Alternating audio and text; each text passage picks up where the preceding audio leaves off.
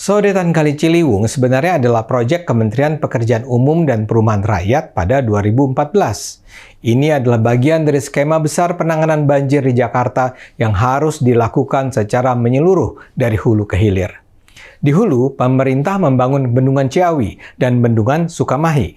Adapun pembangunan Sodetan Kali Ciliwung ada di bagian hilir. Sodetan Ciliwung dibangun untuk memecah Kali Ciliwung ke kanal banjir timur agar tidak lagi terjadi banjir. Proyek sodetan itu dimulai dari titik masuk air atau area inlet yang berada di Sungai Ciliwung, kawasan Bidara Cina, Jakarta Timur. Sementara air akan keluar di area outlet, tepatnya di Kanal Banjir Timur, kawasan Kebon Nanas, Jakarta Timur.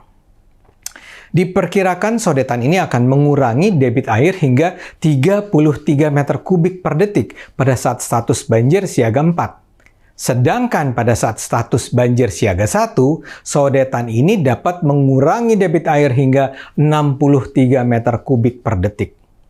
Dengan kata lain, kalau sodetan ini bisa dibangun, hampir pasti banjir di Jakarta akan berkurang. Namun untuk melaksanakan proyek ini, pemerintah pusat tidak bisa bekerja sendirian. Pembebasan lahannya di wilayah pembangunan sodetan merupakan tanggung jawab Pemprov DKI. Anggaran pembebasan lahannya sendiri adalah uang pemerintah pusat, tapi pembebasannya harus dieksekusi Pemprov DKI.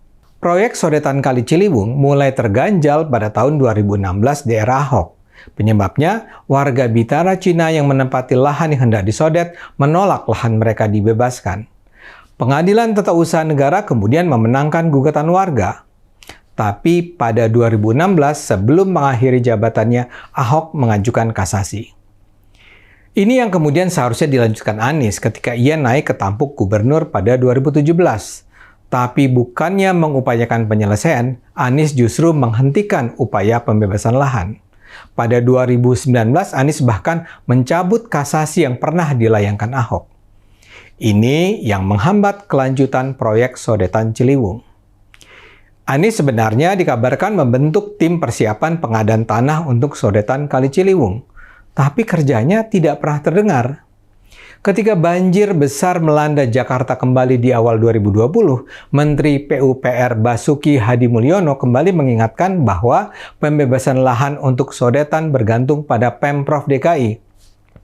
Kami nggak bisa turun, katanya dengan nada putus asa ketika itu. Tapi harapan itu tak pernah digubris Anies. Keadaan baru sekarang berubah begitu Heru Budi naik menjadi pejabat gubernur. Proyek sodetan ini menjadi salah satu program prioritasnya. Pada 12 Januari 2023, Pemprov mulai melakukan pembongkaran 59 bangunan yang berada di bantaran Kali Ciliwung. Proyek sodetan Ciliwung pun berlanjut. Diperkirakan proyek ini akan berakhir pada April.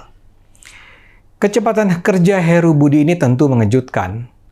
Kalau ternyata soal pembebasan lahan itu bisa dilakukan hanya dalam bilangan bulan, lantas mengapa selama bertahun-tahun Anies tidak bisa menyelesaikannya? Presiden Jokowi sendiri menyatakan keheranannya. Dia bilang, proyek ini selama 6 tahun nggak diapa-apain, normalisasi nggak diapa-apain, sodetan nggak diapa-apain, dan sekarang hanya dalam waktu 1,5 bulan, pembebasan lahan bisa diselesaikan. Basuki Hadimulyono juga menyayangkan mandeknya proyek ini selama 6 tahun. Kalau saja itu konsisten dilakukan, dari dulu banjir pasti sudah berkurang, ujarnya dengan kecewa. Sekarang Jokowi bicara kembali soal penanganan banjir di Jakarta secara menyeluruh. Dia bilang setelah sodetan Ciliwung selesai, itu harus diikuti oleh proyek-proyek normalisasi lain bila Jakarta tidak ingin banjir.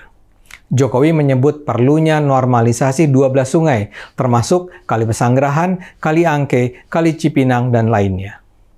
Jadi Anda bisa lihat betapa pembangunan Jakarta akan kembali bergerak setelah sekian lama diabaikan oleh sang capres.